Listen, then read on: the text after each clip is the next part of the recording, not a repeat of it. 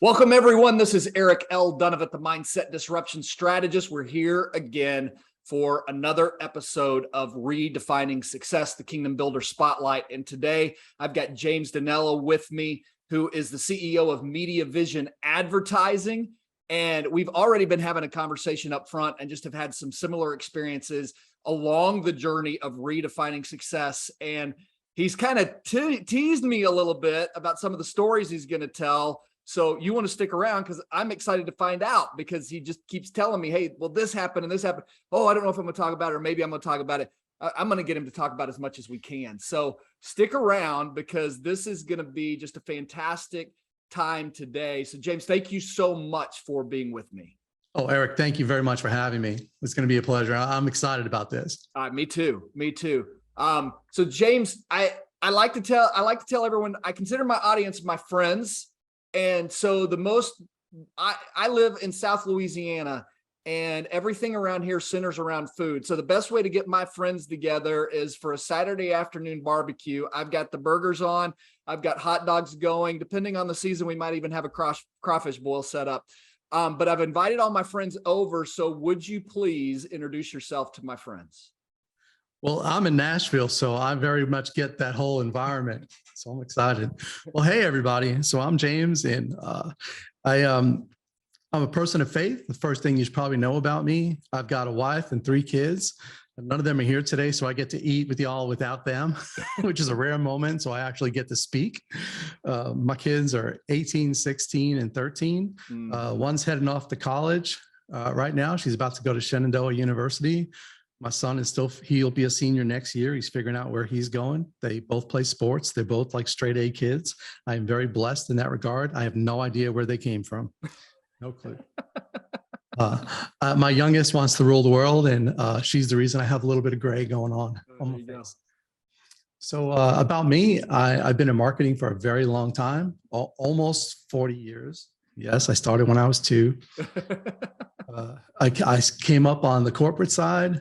On the production of corporate side, making television and radio and stuff like that. And then halfway through my career, I crossed over to the agency side, which is rare in our industry. We don't usually do that.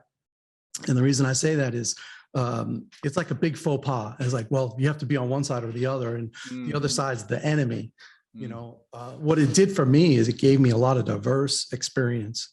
And it was funny because God was probably prepping me for what was to come. And when several events happened in my life, when I crossed over to the agency side, it was around the time when 9/11 happened. I had just produced the Paralympics in Sydney, Australia in 2000.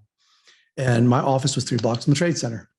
So that's a really long story. So I'll spare you. And if you want to go off on the side and have a soda and a burger together, we could do that.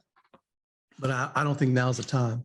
Okay. So what it did do to me is it ended my corporate career, and it took about a year of my life off.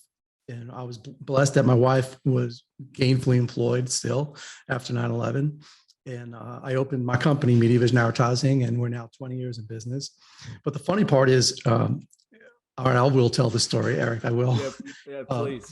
My wife was still working in the city, and I was trying to figure out what was next in my life, because advertising went to LA and it went to Canada. And I'm not really a fan of LA. Sorry if you're on the West Coast. I apologize. And Canada wouldn't take me. You know, you had to prove residency to get a job at my level, or have the job first. And it was complicated. So a pastor of mine, I was a worship leader in a church, and the pastor said, well, why don't you start your own business? And I said, what? I was like, I love what I do, but I didn't have a clue. If you know me, I don't know anything about insurance or HR, or any of that stuff. And I said, well, no, I don't want to do that. And he kept harping on me. And little by little, he wore me down, and we started our company. So that's kind of like the inception of our company and how we got going. But God was involved the entire time. I wasn't always aware of it, to be honest. But he had a hand in it. And so my wife and I went from 2 generous income to no income. And by the way, that was the year that we got pregnant when we started our company. And I am absolutely positive that God's got a sense of humor. So no income, baby on the way, and a new business. Wow. And now the company is 20 years young. We have never not put food on the table, had a roof over the heads of our kids. So he has always provided. He makes it challenging, doesn't give me what I want, always gives us what we need. Yeah. But that's how we got to where we are today. And that tells you a lot about my background and my family and a little bit about me. Yeah. Yeah.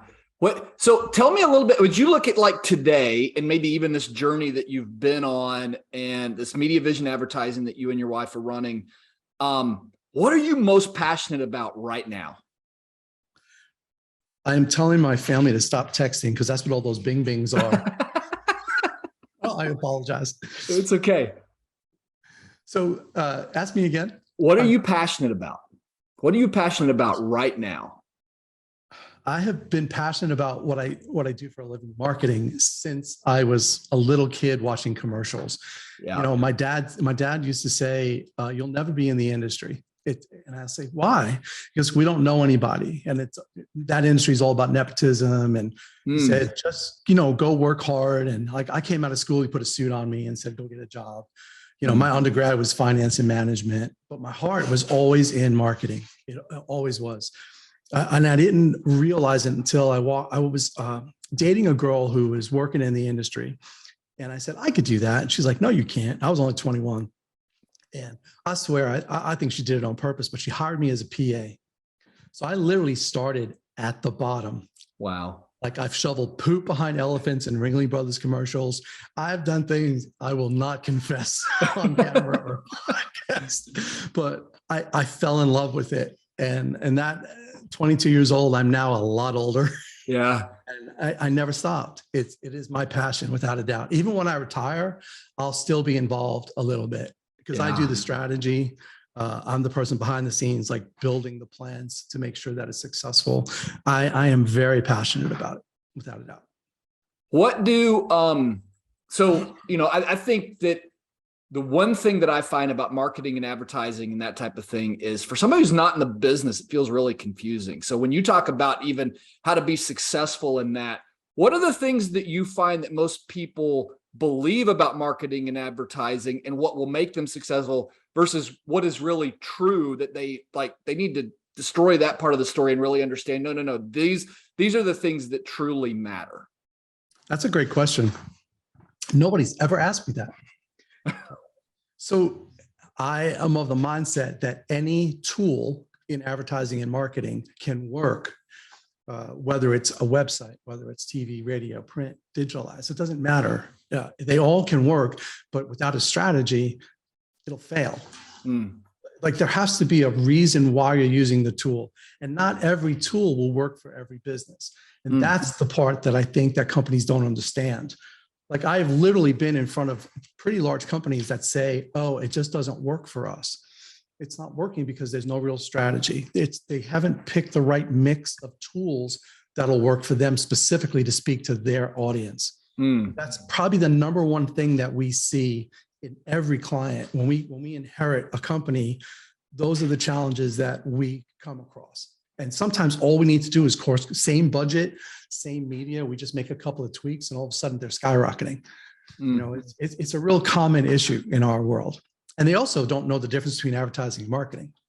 That's another podcast. I almost want to ask. Okay. So I don't know that I completely know the difference.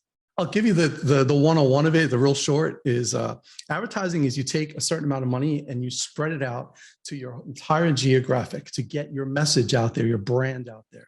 And marketing is much more purposeful. It's almost like you're taking that same money and handing it to a specific target market. It is very focused. So this kind of a thing, a podcast can be considered a very targeted marketing tool depending on who you're going after. If your listenership is a specific audience. Advertising is taking it on a much bigger scale. So radio, for example, will hit a bigger, broader mix of people, while the podcast may be more specific to a certain type of listenership. I don't know if that resonates. And so when you build out a marketing strategy, you have to separate the advertising and the marketing. You have to create what's called verticals for a company. Like everybody has more than one thing that they do. Yeah. So the more specific you can get, and the more purposeful you can get, the more result you get back. Too many people just throw it out there and say, go, and hope that it works, but it just doesn't work that way in our world. Yeah. But enough about advertising and marketing. So your wife is pregnant. You don't have a She's not now. job. Don't say is. Don't No, say. your wife was pregnant. I'm going back to this date, right? Oh, Your wife okay. was pregnant. Yes. You don't have work. I love to use this example for a lot of entrepreneurs. It's like, what does entrepreneurship feel like? I was like, well, I feel like I can relate to Peter when God called him out of the boat. That's it. It feels like getting out of a very comfortable boat. It's a little bit between Peter and Job. Depending on where you are. Yeah, no, absolutely. So again, the show is Redefining Success. Let's kind of go back to that moment where you're like, okay, I'm going to take a chance. I'm going to follow God's leading and go start this business. What are some of the big lessons or big obstacles you faced along the way of what you thought success looked like in starting this business versus what God really taught you it was along the way? Oh gosh, I really wish you didn't ask me that question. So early on, I'm stubborn, so God has to hit me over the head pretty hard in general. And when I'm going to say we're 2 years in business, and we were the new kids on the block, and we're doing really well. But I needed to grow, and I needed to hire the right people, and that's a challenge in itself. We had a fairly large account that decided to stop paying their bills, and it made it a very big challenge for us for a period of time. So when I was torn between what does God want me to do here and what do I want to do? And then what does my accountant want me to do? And, there's all these other people in your ear and variations. It came down to doing the right thing. So I did the right thing by the client. I did the right thing by us at the same time by saying, we have to stop until you get caught up in paying your bills. And they're like, oh my gosh, you can't stop. And we'll get caught up. I said, no, it was a very large medical client. They had the money. I said, we're not a bank. You need to get caught up. So that was the very first time I was in that situation, because until then we were clear sailing. So all of a sudden I had to be in the hot seat and deal with a tough situation. But as I came up in the industry, I was a producer, an executive producer. I've been in the hot seat, so I get it. This was talking specifically about money. And it's the biggest lesson I learned early on was to talk about money early and be upfront about it, be straight about it. It's a part of doing business. It's just a transaction. The relationship is long-term. Money is just a transaction. So I got them to understand. They eventually pay their bills, but we did have to let them go, which was very difficult because they were a large account. I said, but if you're going to be this way, I'm going to cut you off. We're going to part ways, and you are going to pay the balance of this money, which they did. That taught me a lot. And I revamped the company, whereas we didn't, if you know the industry, there's gross or billing net, right? So we were billing gross at that time. I switched our model to net billing, meaning the media buy. When we buy media, we build net directly to client. So I was not fiscally responsible for the media buy, which made our life a lot easier, but it hurt us long-term. Now I'm giving you both my life lessons because you'll ask me later, and I'm just going to get it all out. So I'm in C12, which is an international organization of, I think, Eric, that's how we connected. Yep. I'm in C12 as well. Right.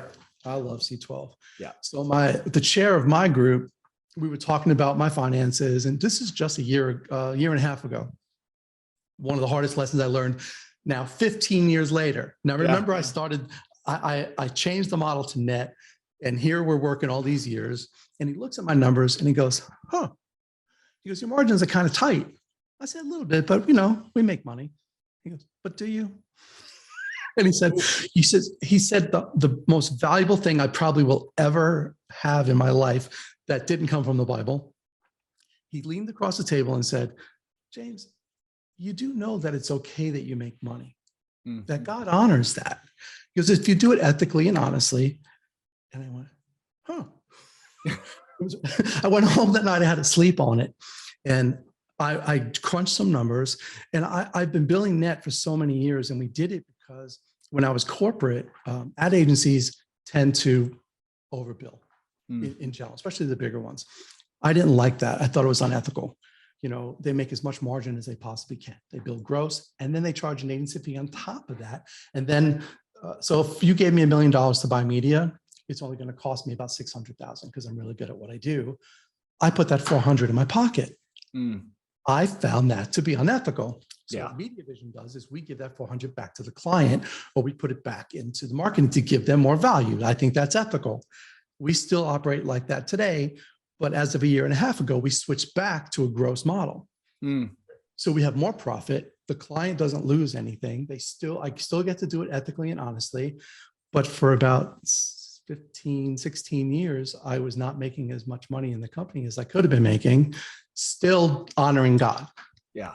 I mean, it was probably an epiphany that happened, that I'm waving C12 flags really loud and drinking. I'm in love with my chair because he helped me tremendously. Yeah. And he's, chairs in C12 don't act as a consultant. They're just a mirror. He said, you knew the answer. You just didn't like it. You were afraid of it.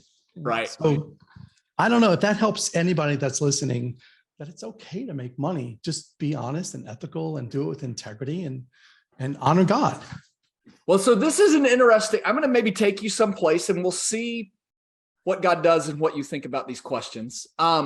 It's interesting to me because I do find this struggle for business owners that there appears to be a culture, maybe it comes from the church, maybe it comes from somewhere else, that there's this balance between being prosperous inside a business versus being humble and more careful on that, right? You go back to kind of the scriptural idea of, not making an idol out of money. The root of all money, the love of money is the root of all evil. And sometimes I think it gets into our spirits, especially as business owners, we've got to be cautionary of that. We get this idea that money is the root of all evil. And we get I think what I love about what you're saying is sometimes the definition of redefining success is we're chasing too much of the wrong thing. But what I just heard you say that I think could be very valuable for a lot of our listeners is also be careful that we're not rejecting a blessing that God wants to give to us because our theology is wrong. Yes, that's exactly what happened. Yes. And love is the most used word in the Bible is love, right? Yeah. What's the second? It's actually money. Yeah, right. Which is hysterical. So he clearly is preparing us, knowing that it's a necessary evil in a sense. And but if you can find that balance, it's great. I have struggled with that. I mean, you can call me a new Christian. I'm saved 20 so years, roughly, in my walk. Before that, I was Catholic. Don't judge. I got great Catholic listeners and some great Catholic friends, especially here in South Louisiana. So you're good. Awesome. Me too. I found some charismatic Catholics, man, that they're more on fire than some Christians that I know. Absolutely. So on this journey, he has taught me a lot, and I've been humbled more times than I can count, without a doubt. And the business, I gave him the business probably 3 years in or so. I said, listen, this is yours. You do what you want, and you tell me where we're going to go. And then the recession hit about a year later. Yeah. So I said, okay. And this is probably my favorite, most horrible story that I'm going to share with you, at least publicly. The recession, we took a $1.2 million net hit overnight. Oh, it was really? My accountant just go bankrupt. Declare bankruptcy. We owed like $350K. And he said, you can walk away, change the name, come back the next day and still be in business and be fine. And while that financially was probably a great idea, mathematically, I couldn't do that. Yeah. And he and I, we fought about it, and I struggled with it and said, I need to honor this, and I need to do the right thing by the people, because those people I'm still doing business with. Yeah. I said, how can I look them in the eye tomorrow and still be in business? And just because legally I can walk away from the debt, I can't do that. So I didn't. And it took us over 3 years to eliminate that, but we honored it. and we fought, and all the profit went back to paying that off, and we kept the business open. In hindsight, was it the best decision? A business person would probably say, heck no. Yep. But I would do it again. Mm. I think because God honored that. I still have those relationships. It was definitely a testament to our integrity as a company, you know, and it was probably the hardest thing we ever went through. So it taught me a lot. How old were your kids when that happened? My youngest was born that year. Okay. And my others were 3 and 5. Mm. So it was fun times. Yeah. Rolling quarters, you know, it was the hardest time in the company. We had 10 employees at the time. We had to cut half our staff because the overhead was too much. I have laid off hundreds of people in my career. Those 5 were the hardest 5 to have to let go because they didn't deserve it. Yeah. It was a tough time, but it taught me a lot. And we became a more versatile company. We're more diversified now. We have different types of industries so that if something outside these walls hurts us, inside our walls, we're still solvent. You know, like there's this thing going on in the world right now that we probably should be aware of that may cause some financial angst for some people. Yeah. We should be okay going through. Yeah. I'm going to maybe ask you another question nobody's asked you, but what did that, I mean, you're talking about 1.2 million, right? Yeah. That you're staring, everybody else is telling you, hey, this is, you know, you can walk away from this, no big deal. That's the world's definition of success is look out for you. But what did this teach you about your relationship with your wife and your kids and your relationship with God through the season of making that choice of integrity?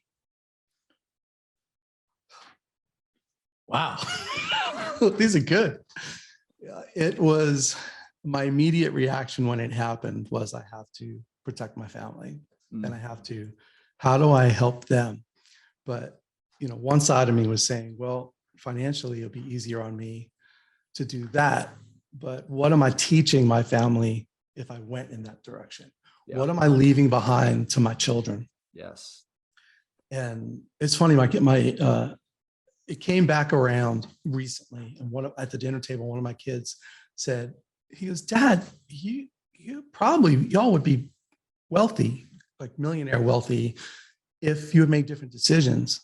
And I said, maybe it's possible. Yeah. He said, but you're still fine. I said, yep, we are. And he like processed this, you know? So it's, if I stayed corporate, if we lived in New York City and decided to raise the kids in the city, yes, we would both, but they'd be raised with nannies and different lifestyle. And we wouldn't have spoken to their lives as we were able to do with them. And on the business side, the same thing. So the moment you just asked me about, all of that went through my head at that time. And I said, how do I do the right thing? And it was a no-brainer. I had to do that. I didn't want to. I really didn't. I knew what was about to happen because we went through some tough times for a few years. But I knew it was the right choice to make for them. To me, that's the legacy. It wasn't just about money and leaving them an inheritance of physical money. Yeah. It was about a legacy of reputation and integrity, and which is much more important in life. Well, if you look over my corner, my mission is to redefine success by helping families find the intersection of family and finance. And what frustrates me the most is everyone thinks that the impact and generational prosperity we want to create comes from the financial side. And what I love about what you just said is the proof, right? That it's family. It's about the impact you make on the relationships and the impact that you make on the people. I'm going to say it. I'm going to paraphrase King Solomon, but he basically says, if you leave money, it may be fleeting, but if you leave wisdom, they'll probably figure out how to make money, you know? Right. And exactly. What you're talking about is leaving wisdom. That's so powerful. Very true. So powerful. I'm going to go back to that same question because I loved your answer about family, but during that time, especially I've got to imagine there were some nights you didn't sleep. I've got to imagine there's some nights you're like, God, really? I mean, we could just declare bankruptcy. I mean, I understand I'm living in integrity, but I mean, it says we can't. What did you learn about God through that period of, again, living in integrity while the rest of the world is saying, no, no, no, just file bankruptcy?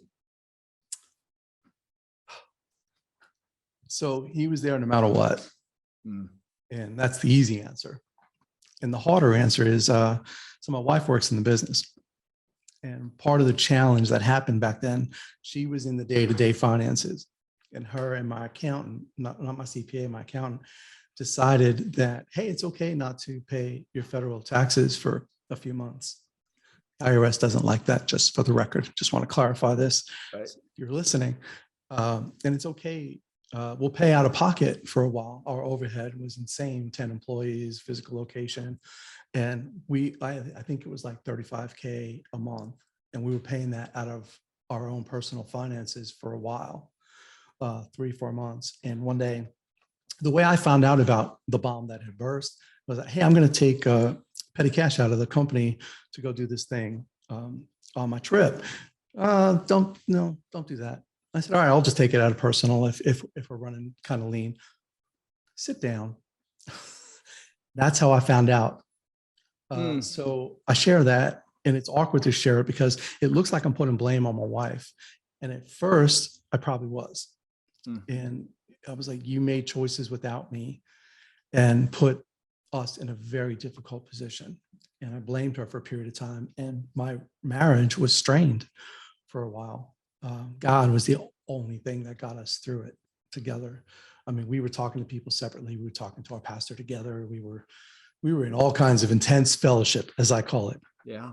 And it took me and it wasn't her, it was me. It took me about 2 years to give her the grace to say, it was us. It wasn't you. I mean, you made choices and you made bad choices. We have to learn from that mistake. And I put too much on you to put you in that chair to do that. So I need to take some of that off of you. And it was a really difficult learning experience, but God helped us through the entire process. And if it wasn't for God in our life, we probably wouldn't have gotten through it. Because my gut every day was like, I can just walk away. I'm just going to divorce my wife. And I can't believe she did that to us. And, well, I have kids. I can't do that. Well, yes, I can. It was a massive struggle for a couple of years. That recession really did a lot of damage to us. Well, but I want to just, recognize your faithfulness, because here's the reason that this entire idea of redefining success is so important to me, right? So you can look back today and you can see the entire journey of where God was and where your marriage is today and where your kids are today and the lessons that they've learned. Right. But so many times the temptation of the world to redefine success says, well, I mean, just file bankruptcy, A, B, you got to a rough spot, divorce your wife, go on. And no one ever plays the movie of how that ends up of being, getting out of alignment of what God's true definition of success. Sometimes the greatest lesson God ever teaches us is doing what he wants us to do doesn't make sense at times. Until you can look backwards. It's true. And unfortunately, I'm the kind of person that needs the burning bush to get his message. So I have to get hit very hard to make a course correction, because I believe everything is fine. And he shows you, what's the old story about the guy drowning in the ocean, and Right. He prays up to God, send me something, and he sends a boat comes by, hey, need help? No, I'm waiting for God. Right. It's kind of like that. I'm that person. So hard things have to happen to me, and I'm definitely getting better and better at it, in my journey. So I take less hard hits, but that time was a very big eye opener for us. Yeah. And we're about to be married 25 years. Oh, awesome. Congratulations. Thank you. Congratulations. That's a big deal.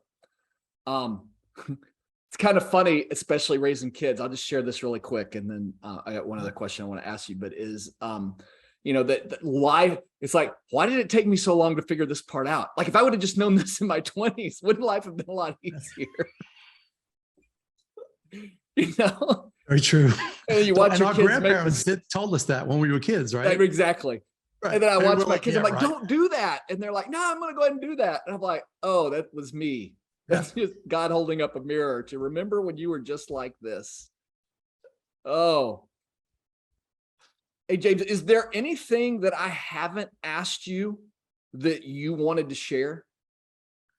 You know, you had, when we talked offline, you would talk about the biggest obstacle. Yeah. I would share with your listeners that the biggest obstacle as a business owner, now 20 years, has been myself. Mm. So the story that I shared about net versus gross, that's what I meant. Like, I was in the way of the company's growth and I didn't even see it. I thought I was doing the right thing. I'm honoring God. I'm billing. I'm being fair to my clients. And it's all well and good to be fair, because when you think about like the lessons learned, I just lost it. I look at that if we treat everyone equally, Mm-hmm. it's a great experience, because no matter what they can give you, just treat everybody the same way. And that was a hard lesson learning in business. But one of the counters to that is people won't always do the right thing by you. They won't. And as long as you still do the right thing by them, you're honoring God, you're honoring yourself, you're doing the right thing in business. I felt like I was in the way along the journey because I worked so hard to use my business as a ministry that sometimes I forget that I have to run the business, the behind the scenes part, which is the part that I really don't like anyway as a business owner, right? Most entrepreneurs, you go into business, you're good at what you do and you hate doing the other stuff. But the hardest lesson learned is to do the stuff that you have to do to make the business grow. Otherwise, if your business is failing, it's not really honoring God. It's not a good witness to anybody, including yourself. So I was in the way most of the time. If that is something to share. Yeah, no, I resonate with that. I feel the reflection of that back at me. Learning to get out of the way. Yep. So tell the audience a little bit about, so you've got a book coming out. You said it's at the editor right now. You've got a podcast coming out. So as people kind of want to follow and keep up to date with what you're going on, tell them about those. And then what's the best way to kind of contact you or to stay in touch with the things that you do? So the book is called Smart Marketing. It should be out in the fall. We're working real hard to get it done. We'll see if that actually comes to fruition. Sooner than later, we're launching our podcast called The Marketing Perspective. Who needs the book and who needs to be listening to your podcast? So the book is very, it's constant. If you read the book, you could probably do your own marketing and advertising. It's chock full of chapter by chapter. It's lessons on how to do every single detail that happens in the industry. It's a very educational, informative book. So it's more for an entrepreneur that wants to do marketing themselves.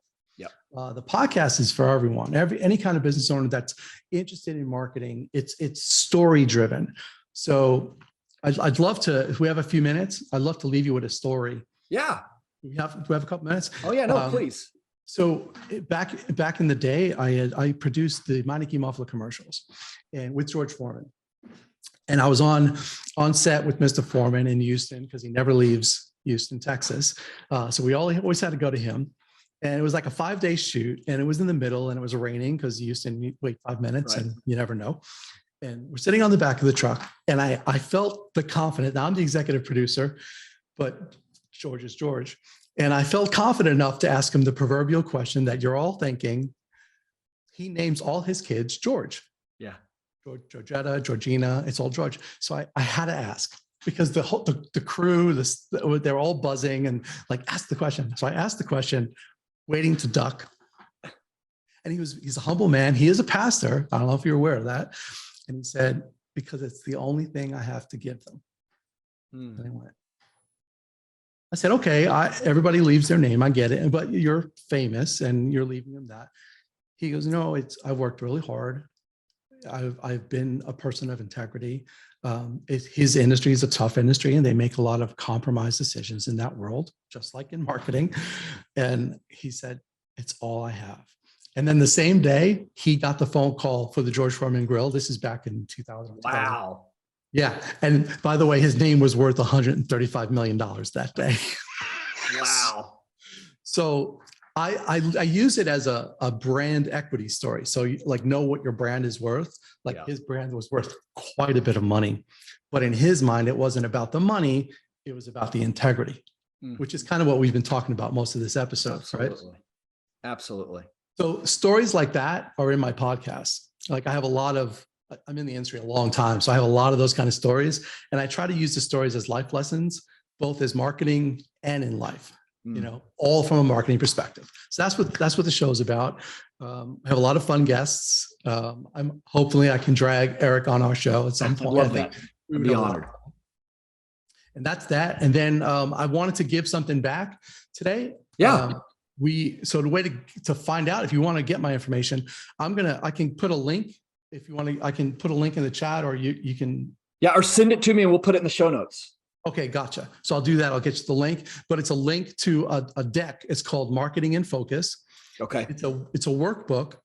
And if you go through the process, it's probably 20, 25 pages. You can build out your own marketing plan. Wow. There's like a stereotypical download a marketing plan kind of thing. We don't do that. We educate how to do it a little bit differently, and it's a deeper dive. So all the questions and all the work in there, if you really go through it, you can have a full working marketing plan for yourself. Wow. If you're an entrepreneur, I think it's invaluable. Absolutely. And on top of that, if you have questions, if you get stuck at a certain point, my email's there. You can reach out. I'm happy to give you an answer. We can jump on a quick Zoom call. I'm happy to do it for you. James, that's awesome. Thank you. Thank you. You knew this final question was coming. So I'm going to ask, in 3 generations, what do you hope your great-grandchildren remember about you? I want them to know that I was a man of God, and the life lessons I learned growing up were all to take me to the place that I'm at now. And some of those lessons I've passed on to my children, and hopefully they pass them on to their children, that I've done everything in my power with integrity. That was more important, so that when I was backed against the wall, I made the right decision and not hurt anyone else. And that the business that we've created is his, and that my children are his. My children do walk that walk. I hope that they continue that that is the true legacy that carries generation by generation. Absolutely. I love that. Thank you so much for sharing that, James. It's been an honor. It's been a joy having you on today. Thanks so much for making the time and for being real and authentic and just sharing your story. I really appreciate it. You have asked some very hard questions, and I hope I can return the favor. That's my job. And then if you get to know me, I'm pretty open and vulnerable. So you can, I don't ask questions I'm not willing to answer. Let's say that. So I give you that as a bit of a teaser. So thank you again for being so much on the show. Thank you everyone for listening. It's been a pleasure as always. I hope you grab an extra burger on your way out because I've cooked too many. So God bless you. Have a great day. Thank you.